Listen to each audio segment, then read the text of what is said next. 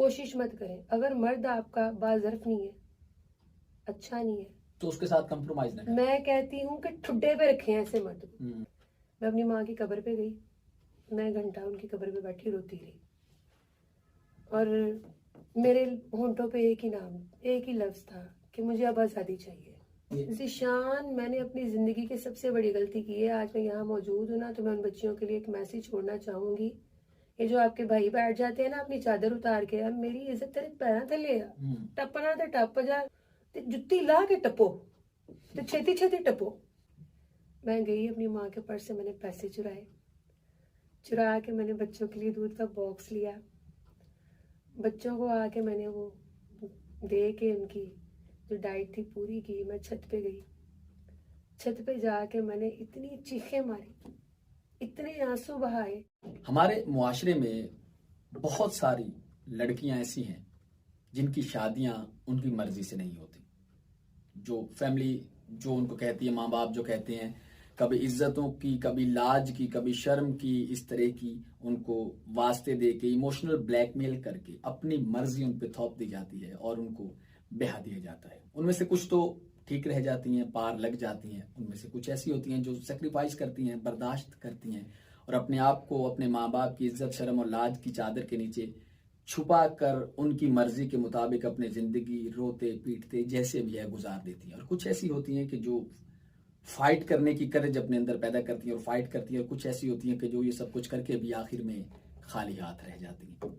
आज हमारे साथ मौजूद हैं मैम मिसबा, जिनकी लाइफ का जो एक रोशन बाब है, जिसको आप सब बखूबी जानते हैं फैसलाबाद में और पूरे पाकिस्तान में, जहाँ पे भी ब्यूटिशियंस काम कर रही हैं, मेकअप इंडस्ट्री का काम हो रहा है, वहाँ पे इनका नाम यकीनन सबको मालूम होगा। लेकिन आज हम इनकी ज़िंदगी के उस डार्क बाब को रोशन करने की कोशिश करेंगे और उसमें से पॉजिटिविटी को निकाल के आपके सामने लाएंगे, ताकि आप जितनी लड़कियां में सुन और देख रही हैं, आपको मोटिवेशन मिल सके। मिसबा, हम अपनी बात का आगाज कर रहे हैं। मैं सोच रहा हूँ मैं कहाँ से शुरुआत करूँ, लेकिन जिंदगी का वो टाइम पीरियड जब मिसबा एक यंग लड़की थी, एक बिल्कुल जवान थी और बहुत सारे ख्वाब थे जिसने बहुत कुछ करने का सोच रखा था। उसकी जिंदगी में अचानक से एक दिन आता है जब उसके वालिदैन कहते हैं कि अब हमने तुम्हारी शादी करनी है, और उसकी शादी हो जाती है। अपनी जिंदगी के उस सफर की शुरुआत आपकी कैसी थी जब आपकी शादी हुई?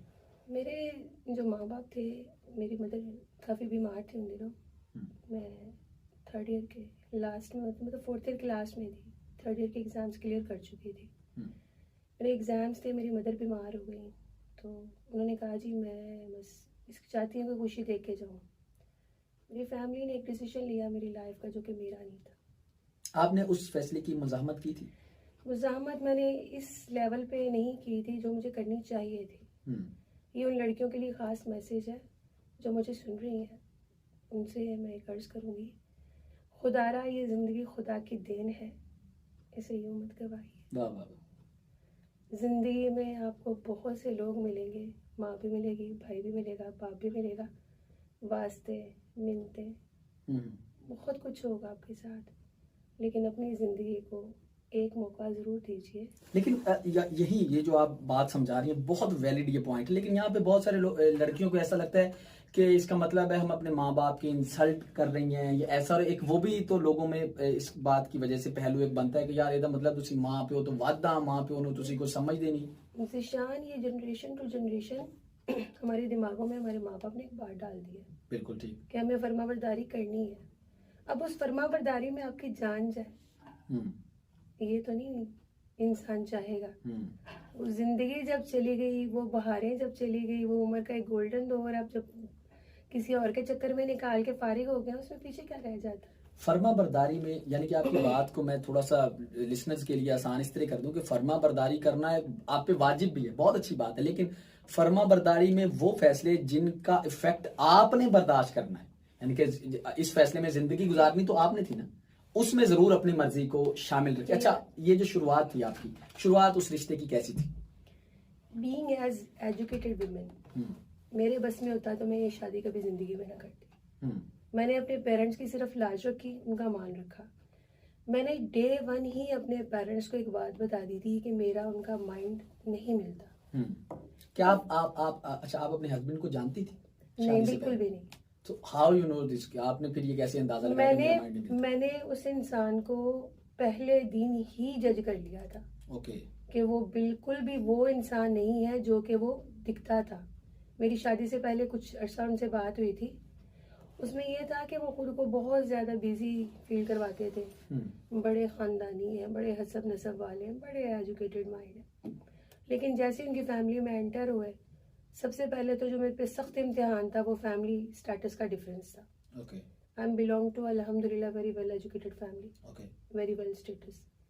अब दो लड़कियों के लिए एक बड़ा ज़बरदस्त मैं मैसेज दूंगी कि आप जब किसी आदमी से शादी करती है ना, किसी लड़के से शादी करती है, खुदारा इतना ज़रूर देखेगा कि उसका स्टेटस क्या है, क्योंकि जो नीचे से ऊपर जाता है, बहुत अच्छे, बहुत बहुत बहुत अच्छे। जो नीचे से ऊपर जाता है वो तो संभल जाता है, वाह वाह वाह वाह। लेकिन वो जो ऊपर से नीचे की तरफ गिरना शुरू हो जाता उसका है ना, संभलना मुश्किल उसका होता है। संभलना मुश्किल हो जाता बहुत अच्छी, बहुत अच्छी। ठीक, अच्छा, ये शुरुआत होगी और पहले दिन से आपको अंदाजा होगा, लेकिन फिर भी आप चलते रहे, आपने अपना सफर वो जारी रखा। कहाँ पे ऐसा मुकाम आया कि जहाँ पे मुश्किलात आने लगी, वो सफर जारी रखना मुश्किल हो गया? आपको शादी के बाद सबसे पहला इम्तिहान ही आपकी पहले दिन से शुरू हो जाता है, फर्स्ट डे से स्टार्ट हो जाता है। वो जो लाओबालीपन है, वो जो एक अल्लड़पन है, वो तो कहीं खो जाता है। वो जो माँ बाप की दी हुई नसीहतें होती हैं, बस वो पल्लू में बांधे हम लोग बैठी सोच रही होती हैं अब कहाँ क्या करना। तो ये जिंदगी बड़ी मुश्किल है। मैंने जब अपनी जिंदगी का स्टार्ट लिया ना, शुरुआत की, मुझे लगा ये ख्वाबों की दुनिया, एक तिलिस्म की तरह। हम जनाब जन्नत में उड़ के आ गए हैं, बस हमने इधर उड़ना है और जिंदगी आगे पता नहीं कहाँ जानी है। ऐसा नहीं है प्यारी लड़कियों, ख्वाब वो देखो जो पूरे कर सको। ख्वाबों का बोझ अपने वालिदैन के कंधों पे डालने की ज़रूरत नहीं है। उनकी परवाज़, उनके पर आप खुद बने, अपनी तालीम को पूरा करें, अपने ख्वाबों को सच करें, बीइंग एज इंडिपेंडेंट वुमेन ज़िंदगी जिए। सेल्फ मेड इंसान हर काम कर सकता है। एग्जैक्टली, बिल्कुल ऐसे। आप अगर एक ससुराल में जाके एक पेट बन जाए, एक डॉल बन जाए, बेटा इधर बैठो, बेटा उधर चलो, बेटा ऐसे खाओ, बेटा ये काम करो। मैं ये नहीं कहती कि मैं ये खुलेआम दावत दे रही हूँ हमारी लड़कियों को कि आप अपनी रवायात, अपनी रस्मों को, अपने कल्चर को भूल के आप इनके अगेंस्ट हो जाए। नहीं, आप इतने पढ़े लिखे हो कि आपको अपने राइट्स का आइडिया हो। एग्जैक्टली। मुझे अपने राइट्स का आइडिया नहीं था, मैं एक मशीन बन गई थी। मैंने शुरू में ही कंप्रोमाइज शुरू कर दिया था, डे वन से ही कंप्रोमाइज शुरू कर दिया था। जब मैंने कंप्रोमाइज पे कंप्रोमाइज किया, मेरे घर में मेरी बेटियां आई, फिर मैंने एक और चीज का अंदाजा लगाया, मर्द का सेल्फ मेड होना बहुत जरूरी है। बिल्कुल। अगर औरत नाकाम है तो वो एक मर्द की वजह से नाकाम है। और एक कामयाब मर्द वही होता है जो शुरू से खानदानी, बावकार और बरसरे रोजगार हो। एग्जैक्टली। ये वेले निकम्मे जो आप, ये तो एक बड़ी मशहूर बात है कि मर्द की खूबसूरती उसकी जेब होती है। बिल्कुल। अच्छा, तो आपने का ये जो सफर था जिसमें काफी ऊंच नीच उतार चढ़ाव आता रहा, ऐसा क्या हुआ कि ये सफर इतने कंप्रोमाइज करने के बावजूद भी आपको खत्म करना पड़ा? देखिए जी, औरत की जिंदगी बहुत मुश्किल है। औरत कितना भी कमा ले, औरत कितनी भी मेहनत कर ले। मैं एक आर्टिस्ट हूँ, बल्कि थी। मैंने अपनी ज़िंदगी का जहाँ से स्टार्ट लिया था, शुरुआत ली थी, बहुत सी लड़कियाँ इस फील्ड में आई होंगी, शुरुआत की होगी, लेकिन उनको ये नहीं पता कि आगे सफ़र कितना मुश्किल है। औरत कमाना तो शुरू हो जाती है, लेकिन उसकी कमाई में बरकत नहीं होती। वो जो मर्द की कमाई में बरकत है ना, अल्लाह ने रिज़्क में वो बरकत डाली है, वो औरत की कमाई में नहीं है। बहुत बारीक बात। ये बात मैं खुले दिल से इसका एतराफ़ करती हूँ कि मर्द जब घर में थका टूटा काम से चूर होके आता है ना, औरत की मुस्कुराहट उसे एक वो थकन सारी उसकी दूर हो जाती है, राहत देती है। और जो मर्द का रिज्क हलाल होता है ना, चाहे वो 10 रुपए हो, वो औरत के किचन में बरकत का बाइस होता है। वाह वाह वाह। तो मैं समझती हूँ कि मर्द को इतना इंडिपेंडेंट होना चाहिए कि वो अपने बच्चों का, अपनी बीवी का, अच्छे से अपनी फैमिली का ख्याल कर सके। इतना कंप्रोमाइज आपने किया, तो एंड उसके लास्ट में क्या ये एक रीजन थी जिसकी वजह से ये सफर खत्म हो गया फिर आपका? नहीं, वो कहते हैं ना कि दूध का जला छाछ भी फूंक फूंक के पीता है। मैंने भी वो जिंदगी में देखने शुरू कर दिए ना रंग। अब मैं आजमा रही हूँ, देख रही हूँ, पैसे भी कमा रही हूँ, मशीन बन रही हूँ। एक वक्त ऐसा आ गया कि उस इंसान ने मेरे से तवक्कुआत का जो ग्राफ था ना, वो एकदम हाई कर दिया। तवक्कुआत किस किस्म की? फाइनेंशियली। अच्छा, यानी कि इस सफर में, अपनी शादीशुदा लाइफ में, फाइनेंस को आप कंट्रोल कर रही थी? बिल्कुल मैं कर रही आप थी, कमा रही मेरी थी, फैमिली कर रही थी। तो उधर से वो बस एक इंसान बैठा है जिससे कहते हैं ना दुल्हन से जाके शीशे में बिठा दो, ओहो, तो वो था। मैं मर्द थी, वो औरत है। हो। कभी भी नहीं उन्होंने कुछ देखे, किया? एक मर्द अपना सरमाया, अपना घर, सब कुछ बेच के बिजनेस के नाम पे खाली हो जाए, हम्म, और औरत जो कि एक ऐसी मखलूक है जो कि नाजुक है, बिल्कुल जिसको केयर की, प्यार की, तवज्जो की जरूरत है, वो एक Exactly. मर्द बन जाए। अब वो जितना भी कमा के लेके आएगी, वो मर्द का मुकाबला तो नहीं ना कर नहीं कर सकेगी। सकती, बिल्कुल ऐसे। अब मसला ये होता है, मेरे जैसी जो बंदियां होती हैं, जिस फैमिली से मैं बिलोंग करती हूँ, हर कोई ऐसी फैमिली से बिलोंग नहीं करता। अल्हम्दुलिल्लाह I am belongs to a Sheikh family, good, well educated, Exactly. Well settled family. Okay, मैंने बच्चियों के लिए जो मैसेज मेरा जो मेन है ना, काइंडली अपने पेरेंट्स का जो पैसा है वो हरगिज भी ऐसे लोगों पे वेस्ट करने की जरूरत नहीं है। वाह, जिंदगी में अगर आपको लग रहा है ना कि पहले दिन नाकामी है, तो आपको उस नाकामी को नसीहत और सबक बना के छोड़ देना चाहिए उस जगह को। नहीं अगर तो ये तो वैसे ही एक फितरत के अगेंस्ट बात है ना कि अगर कोई लड़की ब्याह के ससुराल में जाती है तो वो लड़की उस हस्बैंड की और उस घर की रिस्पॉन्सिबिलिटी है, ना कि वो लड़की यहाँ से उनकी जिम्मेदारियां पूरी करने के लिए जाए। ये तो बिल्कुल वैलिड पॉइंट है, और ये तो मैं बड़ा हैरान हूँ आपने जब ये मुझे बताया कि फाइनेंस भी आप चला रही थी, तो ये तो बड़ी दुख वाली बात है। खैर, अच्छा, ये कितना अरसा था टोटल इस सफर का? ये तकरीबन 10 साल का पीरियड था। 10 साल का टाइम पीरियड, और जो उसमें आपके बच्चे कितने? मेरी ट्विंस बेटी है, माशाल्लाह। और वो इस वक्त आपके पास भी नहीं? नहीं, वो भी देखे, मैं भी, वो भी। आजकल की लड़कियों को एक बात बताना चाहूंगी, मेरे पेरेंट्स से याद नहीं है, बड़ा अहम पॉइंट उठाने लगी। ओके, मैं अपने भाई के पास रहती हूँ। हम्म, और औरत जो है ना, जज्बात में आके, जैसे मैंने जज्बात में आके 10 साल गुजारे हम्म, और बर्बाद से बर्बाद होती गई। औरत जज्बात में आके ना बहुत सारे फैसले इमोशनल होके करती है, बारीकी नहीं उसकी देखती। अब मैंने 10 साल तो बर्बाद कर लिए। मेरे पे एक वक्त आया, मुझे सब कहने लगे जी कि बेटियों का क्या करना है। मैंने कहा जी सबसे पहले मुझे एक बात बताए, जो बेटियों का बाप है उसका रोल प्ले क्या है इधर? मेरे तो पेरेंट्स नहीं है, मैं तो बहन भाइयों के आसरे पे जाना है यहाँ से। अब जब मैं, अगर मेरे पेरेंट्स नहीं है, मेरे भाई मुझे कब तक बर्दाश्त करेंगे?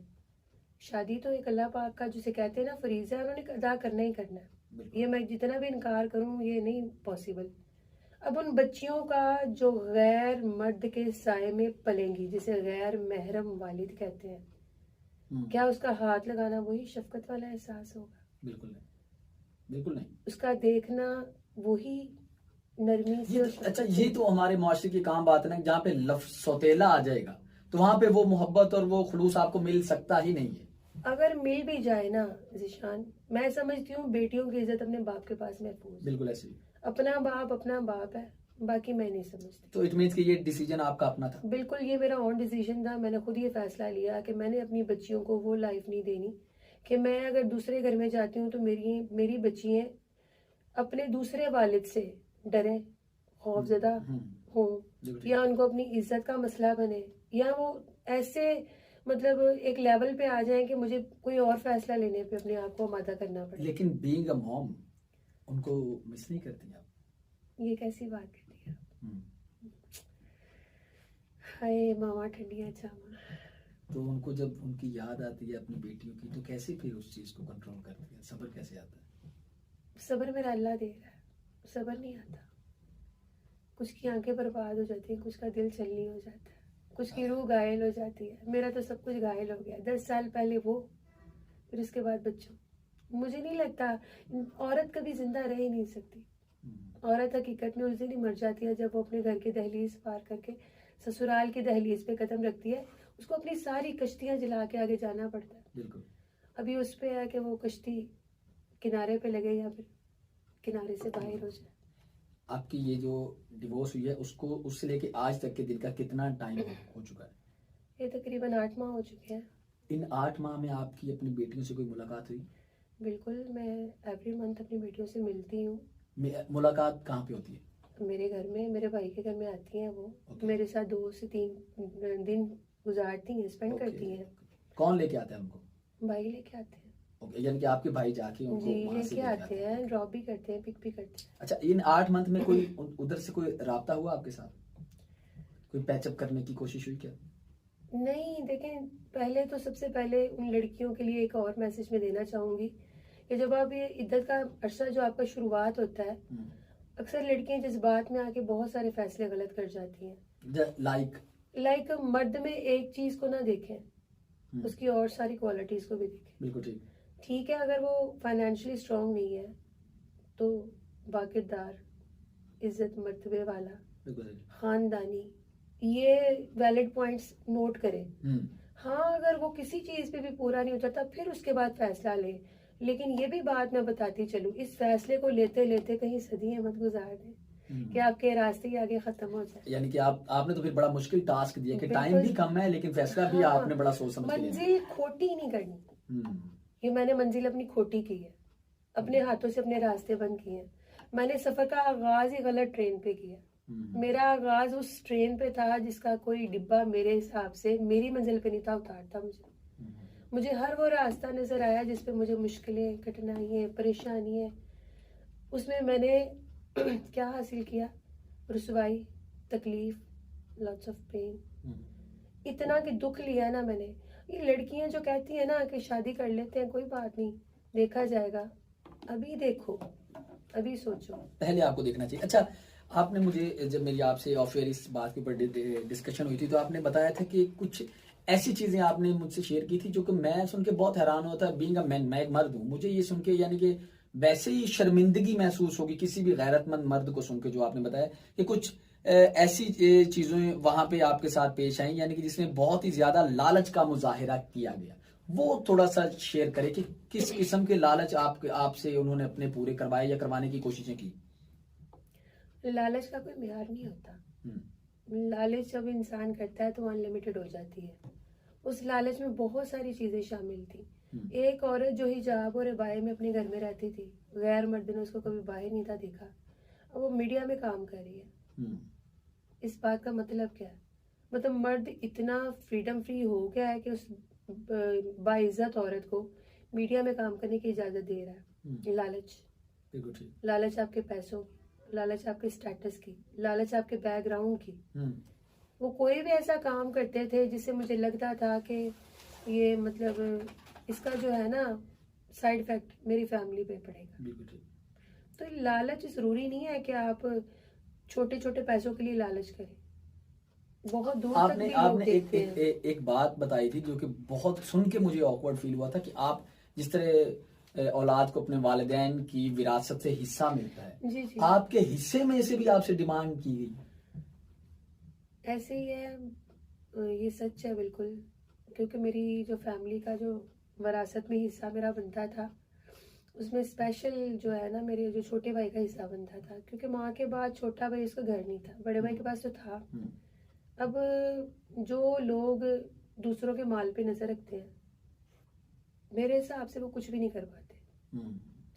तो ये मुझसे भी डिमांड की गई थी कि अपने वालिदैन से बोले घर लेके दे। लेकिन ये तो यानी कि कोई भी एक बंदा ये बात सुने तो वो बौखला जाएगा कि यार ये तुसी किड़े साहब में, ये किस हिसाब से आप डिमांड कर रहे हो। देखिए, तो आपका रिएक्शन क्या था इसके ऊपर? यहीं से तो इब्तिदा हुई है। ओके, जहाँ से मामला ज्यादा खराब हुआ। शुरुआत मैंने एक लफ्ज उनको बोला था कि मुझे इतना आजमाओ जितनी की मेरी औकात है। ज्यादा आजमाओगे तो आजमाइश में आ जाओगे। अब मैं भी एक इंसान हूँ, मेरी आजमाइश कहाँ तक पूरी उतरेगी। मैंने खैर देखा है, काम भी किया, मैंने टीचिंग भी की, जॉब्स भी की, मीडिया पर्सन भी मैं रही। एक वक्त ऐसा आया कि मुझे टॉर्चर किया गया मेंटली कि भाई से के घर लेके दे।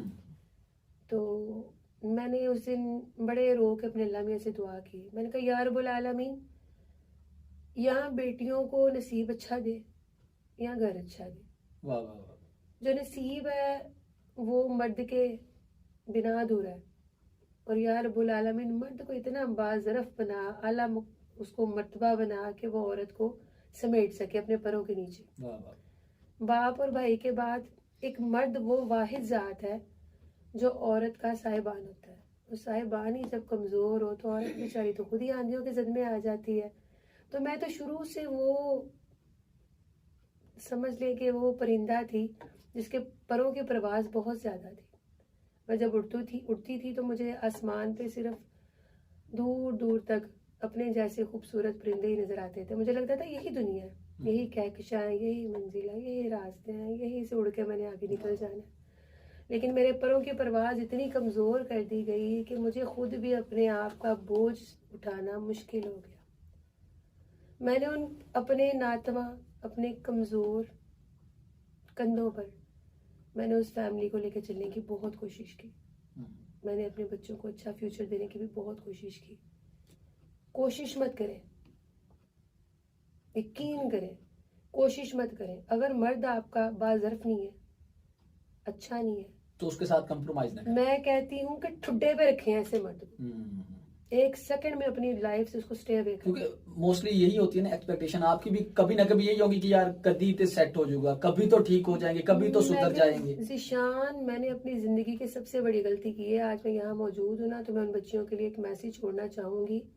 ये जो आपके भाई बैठ जाते हैं ना अपनी चादर उतार के, अब मेरी इज्जत तेरे पैरों थले आ, टपना ते टप जा, अल्लाह दी सपोर्ट ते जुत्ती ला के टपो, ते छेती छेती टपो, ताकि वो आपके पाँव पकड़ ना सके।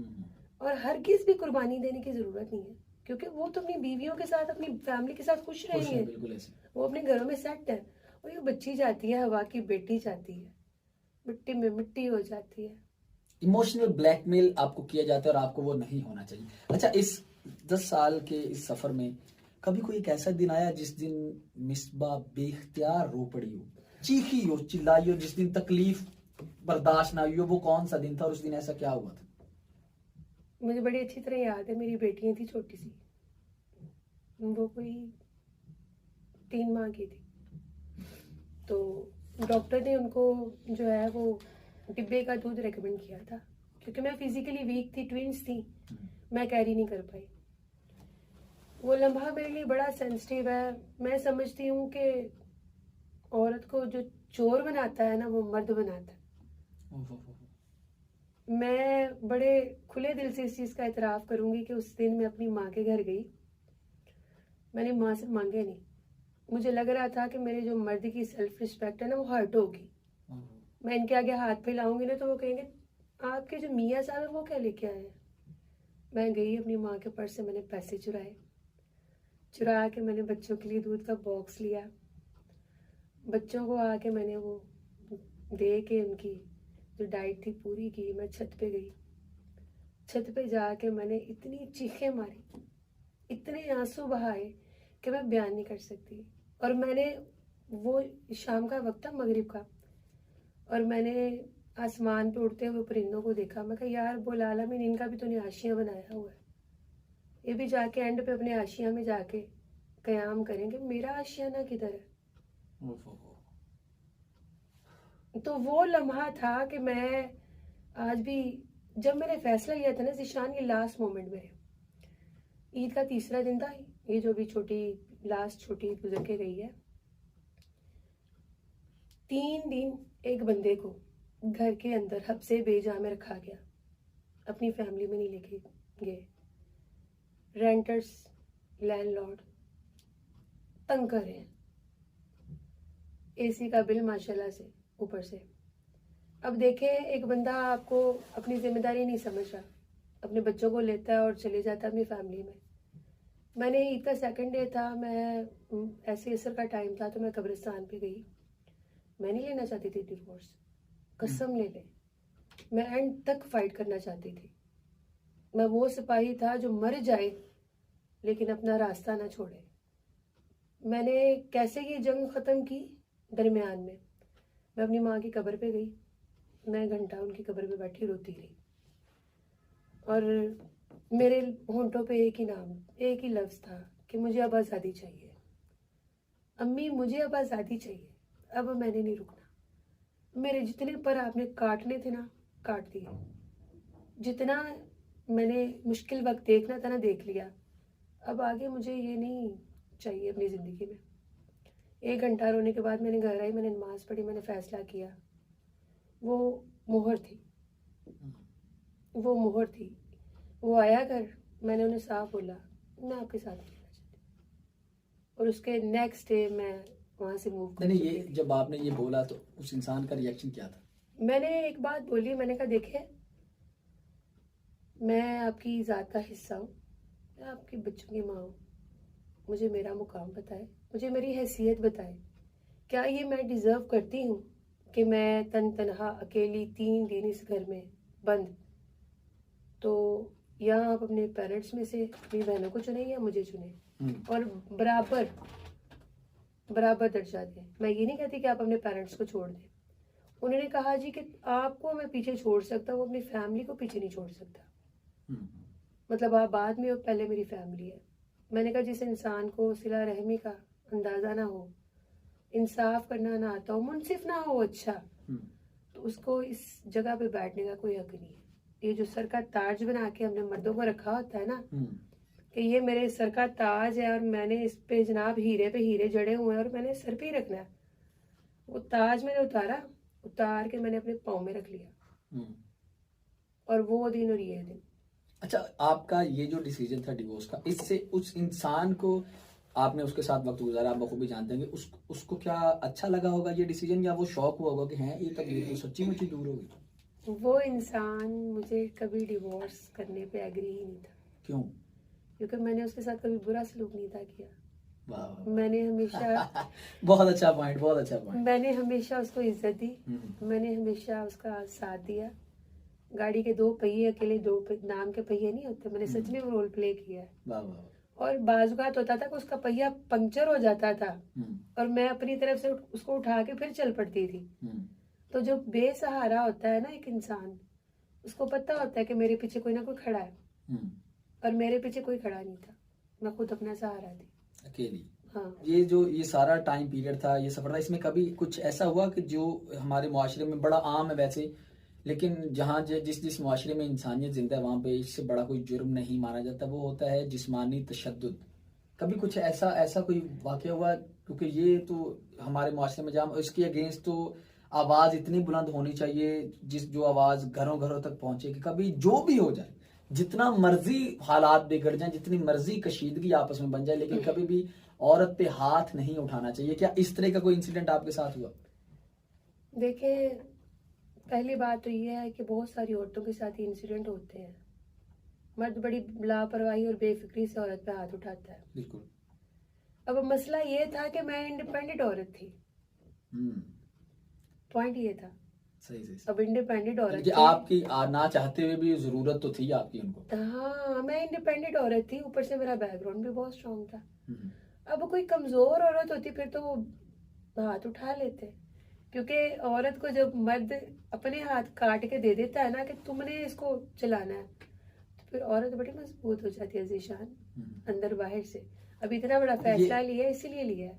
ये जब आप फैसला ये लेने का आपने सोचा, जिस रात जब आपने कहा कि मैं अपनी माँ की कब्र पे गई और वापस आई, फिर मैंने ये डिसीजन लिया, ये फैसला जब आप सोच रही थी, तो जब भी इंसान कोई फैसला लेता है, मैं फॉर एग्जांपल अब मैं फैसला करूँ कि मैं अब शो खत्म करके जा, तो मैंने अगली सोच भी फौरन से ज़हन में रखने के जाके हूँ मैं इतने जाना, अब मैंने यहाँ जाना है, ऐसे मैंने अब घर जाना है या अकेडमी जाना है या किसी काम जाना है। जब आपने ये फैसले लिए तो नेक्स्ट क्या सोचा था तब के भी, नेक्स्ट मिसबा ने करना क्या है? नेक्स्ट जनाब मेरा ये प्लान था कि मैंने जीना है, खुल के जीना, और जिंदगी को ऐसे गुजारना है जैसे अल्लाह ताला ने मेरे पे रखी हुई है, जो मेरा हक है, जो मुझे मेरे मालिक ने जीने का मुझे मौका दिया है। बेशक बेशक। औरत हमेशा रिश्तों से ब्लैकमेल होती है। ये औरतें तलाक याफ्ता जो मुआशरे में एक नासूर बना दी गई हैं, चलता फिरता हथियार बना दी गई है, पता नहीं इनमें क्या कमी है, क्या कुतैया जी तलाक लेके बैठ गई है। वो अल्लाह की बंदी हो, आप बड़ी प्यारी मखलूक हो, बिल्कुल आपको जीने का पूरा हक है जैसे कि एक मर्द को है। मर्द जब औरत को तलाक देता है, जब दूसरी शादी करता है, तो वो क्यों कहता है जी मेरी सिंगल लड़की से भी शादी हो जाए? और औरत बेचारी ये क्यों सोचती है कि 4 बच्चों का बाप ही मिल जाए तो बहुत है? सोच को बदलो, ये वो वक्त नहीं रह गया कि आप जरूरी नहीं है कि किसी बड़े इंसान से, अपनी एज से 10 साल बड़े इंसान से, बच्चों के बाप से शादी करें। आप में वो कमी जो है वो दूर करें। मैंने भी कोशिश की, मैं जब उस घर को छोड़ के जब अपने भाई के घर में आई, तो मैंने जिंदगी का एक जो है ना वो प्लान बनाया। प्लान क्या था?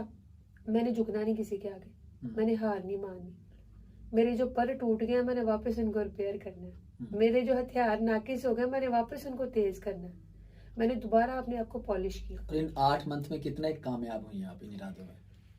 देखें, जिंदगी अल्लाह की देन है, मत इसको गवाएं, रो रो के जिंदगी मत बर्बाद करें। मैंने अपनी जिंदगी को रोक नहीं लगाया, मैं आगे बढ़ूंगी। अभी राह में कई मोड़ हैं, कोई आएगा कोई जाएगा, तुझे जिसने दिल से भुला दिया उसे भूलने की दुआ कर। वाह वाह वाह वाह वाह यार, आप बहुत अच्छा बोलती हैं। लास्ट शो भी मुझे याद है, आपके अल्फाज बहुत अच्छे थे।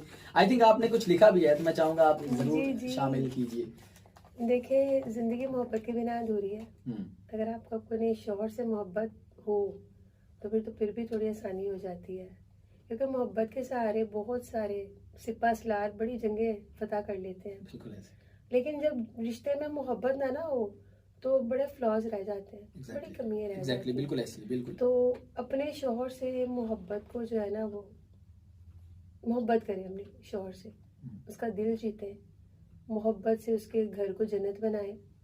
और अगर आपको मोहब्बत नहीं हुई उससे और आप मेरे मुकाम पे आ गए हैं, तो जाने जाना दूसरी मोहब्बत की तैयारी कर लें, क्योंकि उसकी जरूरत है आपको। बिल्कुल सही, बिल्कुल सही। औरत जो तबाह कर देती है, बाल सफेद करके बैठ जाती है, तो उन औरतों के तो लिए ये एक पैगाम है। लेकिन ये आपकी दूसरी मोहब्बत होना ना, ये तो फिर आपकी पहली मोहब्बत है। बिल्कुल, मेरी तो पहली मोहब्बत है। मैंने तो क्योंकि जिस मोहब्बत को पिछली मोहब्बत कहना पड़े, वो पिछली दफा भी मोहब्बत नहीं थी। बिल्कुल, मैंने यही सोचा है कि आप ना अपने आप को दोबारा तबाह ना करें, अपने जिस्म में वही जान भरें, अपनी रूह को वैसे ही ताज़ा दम करें और फिर से एक मोहब्बत ये करें। जो लाइन है, ये डेडिकेशन आपकी मोहब्बत के लिए? जी, ये बिल्कुल मेरी लाइन उस शख्स के लिए सुन तो नहीं रहा, लेकिन मैं चाहूंगी कि वो मेरी बात सुने और आने वाला वक्त मेरा सुनहरी हो और खूबसूरत हो। और उन लड़कियों के नाम है ये कि मैंने अपनी ज़िंदगी का फैसला किसी ऐसे इंसान के साथ नहीं जोड़ा जो कि 4 बच्चों का बाप है, जो कि ओल्ड एज है, सुलझा हुआ है, एजुकेटेड। आपकी इन बातों से ये भी हमें पता चल गया कि आपने कुछ डिसाइड कर लिया। जी, कर लिया है। वाह वाह। उन लड़कियों के नाम है जो मेरी बात को गौर से सुने और मोहब्बत को अपना शुआर बना ले और मोहब्बत करें जरूर। एक नाकामी के बाद दूसरी नाकामी आपको तोड़ देती है, फिर तीसरी बार आप कोशिश करें। Try again. तो एक छोटी सी गजल आपके नाम करने जा रही हूँ। कभी तुमने कहा था वापस लौट जाओ, कभी तुमने कहा था वापस लौट जाओ कि मोहब्बत हक है फकत कुछ खूब रूहों का, हुस्न के शाहजादों का, बहुत दिलकश से जिस्मों का, फलक के परीजादों का, मगर इस सौगात से आ रही मैं काम सा कारी, सो वापस लौट आया हूँ मगर ये कह न पाया हूँ, बहुत बर्बाद होते हैं फकत चेहरे कहाँ, कुछ दिल भी परीजाद होते हैं। ये दिल जब टूट जाए तो फलक भी कांप उठते हैं, मोहब्बत रूठ जाए तो वबाएं फैल जाती हैं, मोहब्बत रूठ जाए तो वबाएं फैल जाती हैं। तो देख लो जाना तुम्हारे शहर में आज जंगलों का सकूत है, तुम्हें नाज था जिस पर वो मोहब्बत भी मशरूत है, तुम्हारा हुस्न बस एक शराब है और क्या दिलकश क्या बदसूरत हर चेहरे पर नकाब है, और क्या दिलकश क्या बदसूरत हर चेहरे पर नकाब है, हर शख्स बाहिजाब है।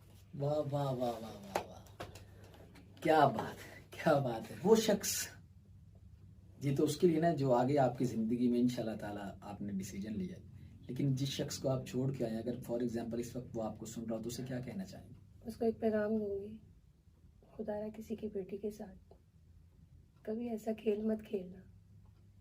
अपने आप को इतना ताकतवर बना लो, इतना बाख्तियार बना लो कि दूसरों की जिंदगी के साथ खेलो ना। और वो जो बच्ची हैं बेदरेग अपने आप अपने जज्बात ऐसे मर्दों पे लुटा देती हैं, ये मीडिया ने बहुत ज्यादा ना जिंदगियों को बर्बाद कर दिया। एक इंसान आपकी जिंदगी में आता है, वो 100 वादे करता है, 100 वफाएं करता है, कस्में खाता है, उन कस्मों पे एतबार मत कीजिए। आज की औरत बड़ी पढ़ी लिखी है, उन औरतों को चाहिए कि अपना खुद दिफा करें, अपनी खुद प्रोटेक्शन करें। तो मैं उस मर्द के नाम एक पैगाम देना चाहूंगी कि हर एक लड़की मिसबा नहीं होती, तो खुदारा अगली जिंदगी में जिसको शामिल करोगे ना, उसको अपना सब कुछ बता के शामिल करना। बहुत ही मोटिवेशनल और इंस्पायरेशनल आपकी स्टोरी। यकीनन जो भी हमें सुन रहे हैं और जो बाद में भी ये वीडियो देखेंगे उनको बहुत अच्छी और बहुत गहरी मोटिवेशन और बातें मिलेंगी और वो अपनी ज़िंदगी में कहीं ना कहीं कारगर साबित होंगी। आखिर में मैं चाहूँगा उस हस्ती का जिक्र ज़रूर करें जिस हस्ती के साथ आप बहुत अटैच थी और जिनके फैसले को आपने माना और जिनके साथ बाद में भी आपने अपने दुख सुख फोले। लड़की को ससुराल में जितना मर्जी प्यार मिले कुछ भी हो, लेकिन फिर भी अपनी वो हर तकलीफ जाके अपनी माँ के साथ शेयर करती है। आज आपकी माँ इस दुनिया में नहीं है। अपनी माँ के साथ गुजरा कोई भी एक यादगार लम्हा जब जब आपको अपनी माँ पे बहुत प्यार आया हो, जब माँ के गले लग के बहुत रोई हो, वो बताइए। और इस वक्त आज अपनी माँ को क्या कहना चाहेंगे? कोई गिला शिकवा, कोई प्यार, कुछ भी। मेरी माँ एक पढ़ी लिखी औरत थी, बड़ी समझदार, सुलझी हुई। मेरी ज़िंदगी का जब फैसला हो रहा था तो मैंने अपने भाई की इज्जत पे खुद की कुर्बानी दी थी। मेरे भाई ने कहा था, मिसबा तुमने अपनी ज़िंदगी का जो फैसला है ना वो अपने भाई पे छोड़ोगी तो ज़िंदगी आगे आसान होगी। मैंने उनके फैसले पे आमीन की। मैंने उनकी हर बात मानी। एक वाहद मेरी माँ हस्ती जो माँ नहीं थी रही इस रिश्ते के लिए। अच्छा। मेरी माँ ने मुझे एक लफ्ज़ कह दिया था, कहते तुम वो मिट्टी की मखलूक नहीं हो जो मिट्टी में मिट्टी हो जाते हैं। इनके आपकी माँ आपके साथ थी इस मेरी फैसले में, बिल्कुल आप जिस तरह मुजामत कर रही थी, आपकी माँ भी उसके अगेंस्ट बिल्कुल थी। मेरी माँ चाहती थी कि मैं इस फैसले को मानूं ना, एक्सेप्ट ना करूं, लेकिन मेरे दिल में अपने भाई की मोहब्बत बहुत ज़्यादा थी, अभी भी है अल्हम्दुलिल्लाह इज़्ज़त उनकी। तो मेरी माँ ने बड़ी कोशिश की कि इस फैसले से बाज आ जाए, लेकिन उस टाइम मेरे मेरे जहन पे ये था कि मैंने अपने भाई को अगर इनकार कर दिया तो वो क्या सोचेंगे कि बहनें तो मान होती हैं भाइयों का, और मेरा मान ही तोड़ दिया। तो वो रात याद है मुझे जब मेरी मेरी माँ पहली बार, जो आप वाकया सुनने लगे हैं, मेरी माँ पहली बार मेरे जो एक्स थे उनके घर गई। तो मेरी माँ खाना खाने के बाद ना पानी हाथ धोने के लिए वॉश बेसिन पे गई तो उनकी जो टूटी थी ना वो लीक कर रही थी, उस पर ईंट रखी हुई थी। तो खैर मेरे भाई का फैसला था जो भी था।